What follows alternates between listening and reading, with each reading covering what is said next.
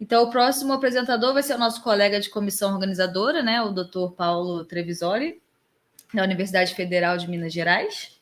O título da apresentação dele é Análise Termodinâmica de Motores Termomagnéticos Operando segundo o Ciclo de Brayton. Vou tirar a pergunta do Bruno aqui, que ficou perdida, né? Paulo, fique à vontade aí. Ok, vocês estão me ouvindo certinho? Sim. Tá. Beleza, boa tarde a todos. Eu vou falar um pouquinho sobre esse trabalho, né? É um modelo bastante simplificado, mas que gera resultados bastante interessantes, né? Foi desenvolvido pelos meus 2 alunos de iniciação, Matheus e Lorenzo, né?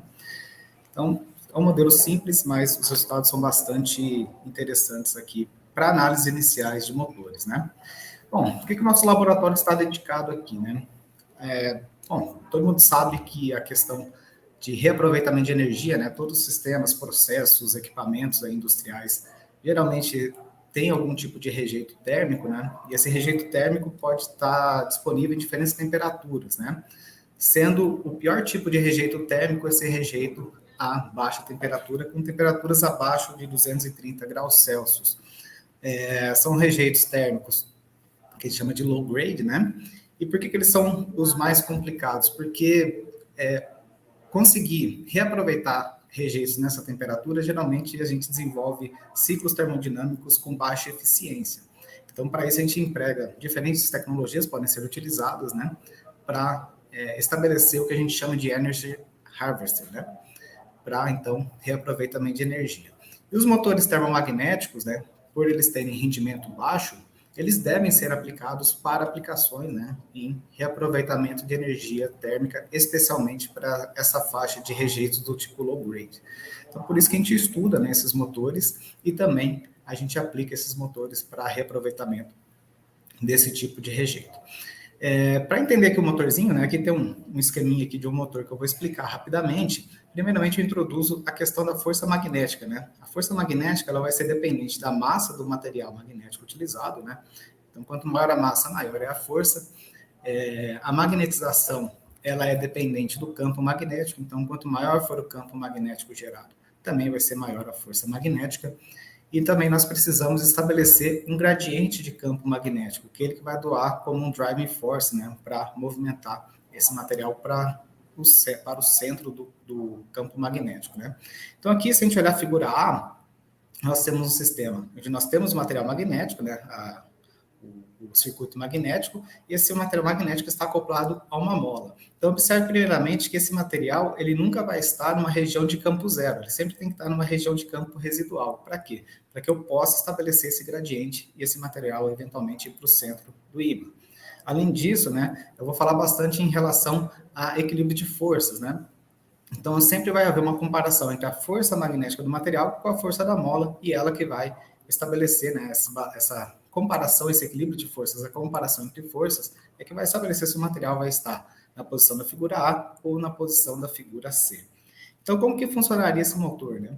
Então, primeiramente, ele está localizado numa região de campo menos intenso, ele vai ser resfriado por um reservatório térmico, idealmente com o fluido à temperatura ambiente, né? Até, inicialmente, o material está numa fase não magnética, então a força da mola é maior do que a força magnética, e à medida com que ele vai sendo resfriado, ele vai ultrapassar a temperatura de transição de fases, se tornando ferromagnético, a força magnética aumenta devido à magnetização, e o material, então, é movido para a região interna do campo. Aqui nessa posição, no ponto B, a primeira posição é o ponto de maior força magnética.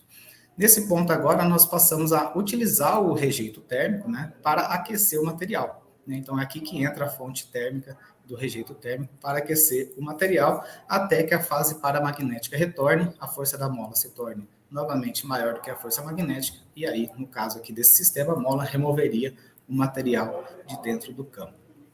Então, obviamente, a gente consegue estabelecer o motor de forma cíclica, obedecendo um ciclo termodinâmico. No caso, a gente utiliza o ciclo de Brayton, né? Que ele tem 2 processos adiabáticos, né? Então os processos de variação de campo magnético são processos adiabáticos, e os processos de aquecimento e resfriamento são processos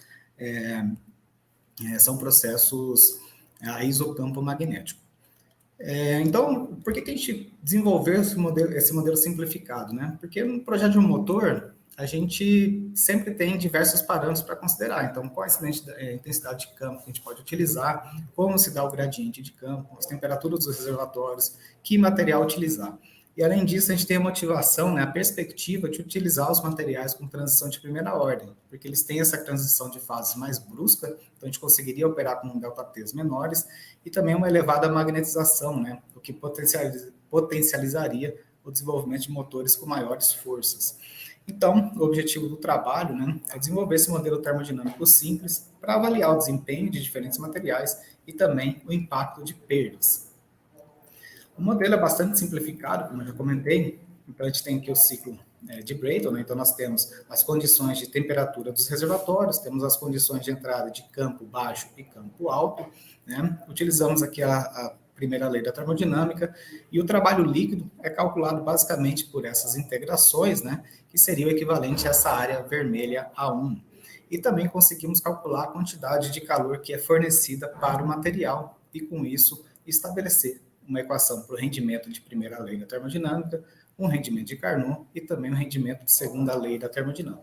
Como vocês vão ver, o rendimento é baixo. Então, no final das contas, a gente entende que esse rendimento de primeira lei não é um bom parâmetro. Então, a gente acaba utilizando outros parâmetros de desempenho, né, para avaliar rendimentos de motores. Isso aí fica assunto para outros tipos de discussão, e não aqui. Aqui eu iria apresentar apenas o rendimento de primeira e segunda lei, junto com um trabalho específico.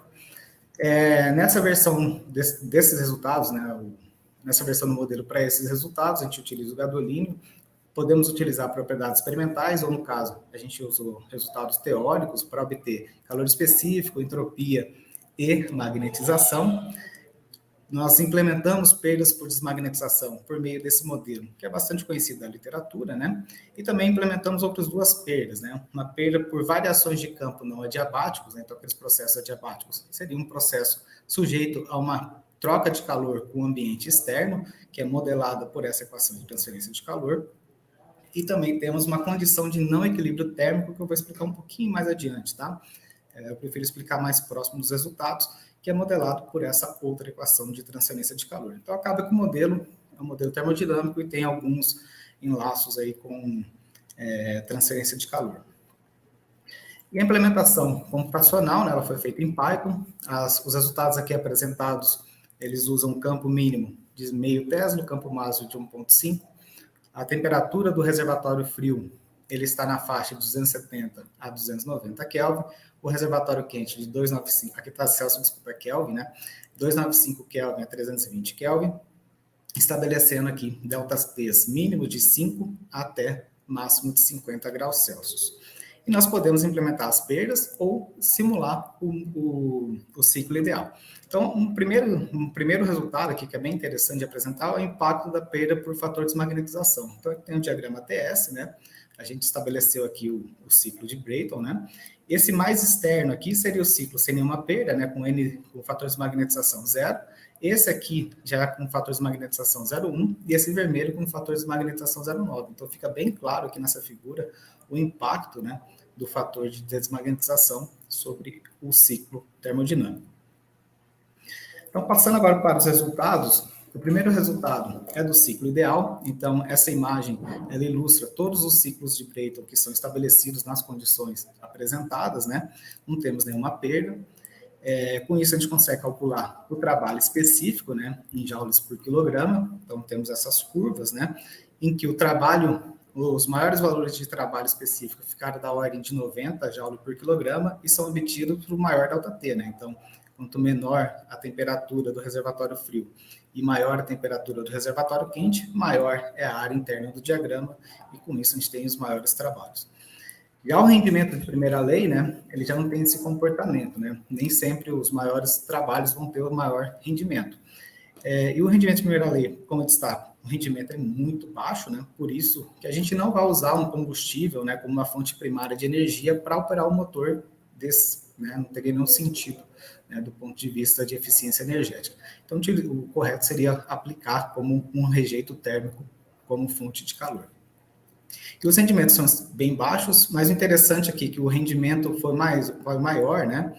foi mais elevado, para condições aqui de temperatura de reservatório frio próximo a 290 Kelvin e ΔTs pequenos. Aqui a gente não dá para observar bem, mas a gente tem um pico, né? Então a gente começa com o 295 Kelvin e vai crescendo até cerca de 300 Kelvin, onde estaria esse pico de rendimento. E o rendimento, segundo a lei, né? Ele tem esse comportamento. Podemos atingir rendimentos acima de 40%, mas, em geral, ele fica entre 5% e 20%, demonstrando também que esse motor, no caso, com gadolínio, né, por isso que a gente busca estudar outros materiais, pode ter aí, eles têm bastante irreversibilidades, né? Então, a ideia de buscar outros materiais, talvez com propriedades melhores com gadolínio, né, é bastante interessante. Partindo agora para a parte de colocar as perdas no modelo, né, essa parte se torna um pouquinho mais interessante do ponto de vista de análise. Nesse caso, nós variamos o fator de desmagnetização de 0 a 1, mantemos as outras perdas sem mexer, então são as outras duas, equilíbrio térmico e os processos adiabáticos continuam inalterados, a gente altera apenas o fator de desmagnetização, e nesse caso a gente vai manter a temperatura do reservatório quente em 320 Kelvin, que está tudo errado, né, gente? Desculpa, é Kelvin aqui. Então, nesse caso, esse é o ciclo diagrama TS ideal, e quando a gente implementa o fator de desmagnetização, né, a gente vê claramente o impacto dele sobre os ciclos termodinâmicos. Então, na fase ferromagnética, na região ferromagnética do material, a gente vê um afastamento bem claro, né, do ciclo ideal para o ciclo com perdas, ao passo que aqui, na região paramagnética, esse impacto é menor. Mas a gente vê claramente a consequência na questão da redução da área interna do diagrama. Então, se a gente for olhar o trabalho específico em função do fator de desmagnetização, para diferentes ΔTs estabelecidos, né, a gente tem esse tipo de resultado que é bastante interessante. Então, para ΔTs pequenos, um fator de desmagnetização pequeno impacta mais sobre o desempenho termodinâmico do que aqui para fatores de magnetização maior. Já para ΔTs mais intensos, né, maiores ΔTs, o impacto aqui até 0,6 de fatores de magnetização, ele é menos importante, passando a ser mais importante para esses valores mais elevados. Então, isso aqui, eu entendo ele como um mapa, né, onde eu consigo identificar, né, uma condição de operação, projeto o trocador de calor com determinado fator de desmagnetização, que eu consigo avaliar o quanto eu estaria perdendo em relação a um caso ideal, né, onde não teria nenhum impacto. Esse aqui também seria o efeito sobre o rendimento de primeira lei. Novamente, os ΔTs menores, eles apresentam um impacto mais significativo, né, do que ΔTs maiores, né, que tem aqui um impacto maior para fator de desmagnetização um pouquinho maior. Passando para a próxima perda, seriam os processos não adiabáticos, eu volto a ter fator de desmagnetização 0, e aqui eu tenho que estabelecer um UA, né, que é uma condutância global para o trocador de calor, que ela vai variar de 0 a 40, e eu também tenho que inserir um ΔT, um tempo de processo. Nesse caso, eu estou colocando um tempo aqui de 1 segundo, que é bastante alto, tá? Em geral, esses processos são mais rápidos. Então, essas perdas que eu estou apresentando aqui, como ilustração, como alguns resultados, elas são sobreestimadas. Geralmente, elas seriam menores do que essas que eu vou apresentar. E a temperatura ambiente está em 27 graus Celsius, o que significa que parte do trocador de calor vai ter um ganho de calor, porque ele está abaixo da temperatura ambiente, e parte vai ter uma perda de calor, porque está acima da temperatura ambiente. Então, novamente, esse é o diagrama ideal, e esse é o impacto, né, da perda para o ambiente sobre o diagrama ideal. Então, novamente, a gente vê que tem uma redução da área, né, à medida com que a perda vai ficando cada vez mais intensa. Então, logicamente, quanto maior for a condutância térmica, né, maiores forem as perdas, maior é o impacto sobre o trabalho, só que aqui eu destaco, né, que o impacto do trabalho da perda para o processo não adiabático ele é menor do que o fator de desmagnetização. Então, o fator de desmagnetização realmente é uma perda bastante relevante aí para o sistema, né. Esse aqui seria o impacto para o rendimento de primeira lei. No próximo passo, eu combinei as duas, né? Então, eu coloquei um UA de 20 watts por Kelvin, mantive as outras propriedades constantes, e coloquei um fator de desmagnetização de 0,4. Então, eu combinei os dois tipos de perda. Com isso, né, a gente vê os impactos mais claramente das duas atuando em conjunto. Esse é o diagrama ideal e o diagrama com perdas. Então, a gente vê claramente a distorção do diagrama com o impacto de perdas. Esse é o resultado do trabalho ideal e o trabalho com perdas. Então, a gente consegue ver, né, a redução que vai ocorrendo, né, à medida com que a gente insere as perdas. Aqui o rendimento de primeira lei e também o rendimento de segunda lei.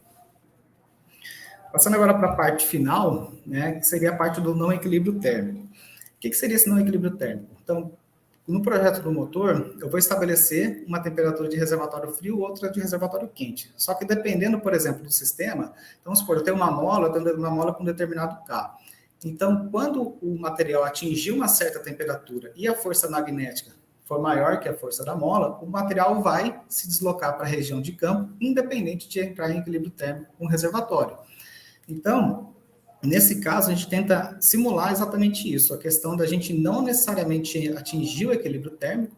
Então, por vezes, ele acaba sendo uma perda, mas por vezes ele está mais relacionado com a própria operação e o design do motor, né? Então, nesse caso, a gente estabelece faixas de equilíbrio termodinâmico, ou seja, chegando a 100% do ΔT, entre 60% e 100% do ΔT. Então, 100% do ΔT, ele atingiria o equilíbrio térmico, então seria o ciclo que a gente considera ideal, né? E a gente estabelece um NTU para o modelo, um fator de utilização, a gente consegue determinar uma efetividade e também um tempo de ciclo. Nesse caso, estabelecendo um tempo de ciclo, a gente consegue calcular uma potência também. Então, esse aqui é um resultado que apresenta o trabalho, né, específico em função do equilíbrio térmico. Então, obviamente, quanto mais longe estiver do equilíbrio térmico, mais afastado eu estou, menor vai ser a área disponível, né, para o motor. Então, obviamente, a gente tem um trabalho menor do que com o equilíbrio térmico estabelecido. Esse aqui seria um resultado para potência, mas é mais interessante comparar os dois, né? Em que essa linha azul, essa aqui compara, né, o trabalho específico com a potência específica. O trabalho específico são as linhas azuis. Então, aqui, no caso, nessa última linha aqui, vamos pegar o último ponto. Quando a gente tem o sistema ideal, ele atinge quase 90 joules por quilograma, e para 60% ele fica abaixo de 60 joules por quilograma. Já a potência, ela começa perto de 90 e atinge aqui cerca de 65 watts por quilograma. Ou seja, por que eles não são equivalentes, né? Porque tendo um ciclo também que atinge as temperaturas que mudariam as fases magnéticas e desfazeria o equilíbrio de forças mais rapidamente, o tempo de ciclo diminui, então a potência aumenta. Então tem esse trade-off, né? Você diminui um pouco o espaço disponível para o trabalho, só que você ganha em tempo de ciclo. Então, esse é um resultado bastante interessante, porque mostra claramente que a gente tem que fazer o projeto do motor com um ΔT adequado, né, para a gente não colocar um ΔT muito grande e operar apenas uma faixa muito estreita do ciclo, e também fazer um trocador de calor bastante efetivo, né, para a gente conseguir realizar essas trocas térmicas mais rapidamente, aumentando a potência do motor. Então, né, só algumas considerações finais, né? O modelo eu não comentei na apresentação, mas ele foi validado, né, verificado, né, com o resultado de outros autores, né? E nós temos todos esses impactos, né, que são importantes, principalmente do fator de desmagnetização, e eu, novamente, ressalto a questão da importância de dimensionar bem o ΔT e a efetividade do trocador de calor. Nos próximos trabalhos, nós iremos implementar os materiais com transição de primeira ordem, as irreversibilidades relacionadas a estereses, né? E também comparar aí com provas de conceito para validar o código e publicação desses resultados. Gostaria de agradecer ao FMG, a Pró-Reitoria de Pesquisa, o Departamento de Engenharia Mecânica e também a FAPEMIG, CNPq e o INCT pelo fomento à pesquisa. Obrigado. Obrigado, Paulo, pela apresentação. Aqui no chat a gente não tem nenhuma pergunta até o momento, né? Lembrando que a gente tem aí um pouquinho de diferença de tempo do YouTube para a plataforma. Mas eu tinha uma pergunta rápida e básica. Você falou daquela redução nas grandezas pela inclusão da perda. Quanto que reduz, assim, exatamente em porcentagem? Tipo, 10%? 20%? Aí tem que olhar, a gente não levantou nenhum gráfico percentual, né? Aqui eu não saberia de cabeça, não, Paulo. Eu teria que dar uma olhadinha para ver. Só para ver se é significativo ou não, né? No caso, se eu for olhar, por exemplo, para o fator de desmagnetização, deixa eu ver se eu consigo compartilhar aqui. No caso, ele pode chegar a ter mais de 10 joules, né, em 80, né, ou em quase 90. Então, pode chegar aí a 10%, né, talvez até mais. Então, talvez até mais. O problema é quando começa a combinar as perdas, né? Então, Então, acaba ficando cada vez mais maior essa diferença, né? Mas a gente tem que fazer essas porcentagens assim, na verdade, como um gráfico adicional ali nos resultados. Tá certo. Então, obrigada, Paulo, de novo, pela apresentação. Obrigado.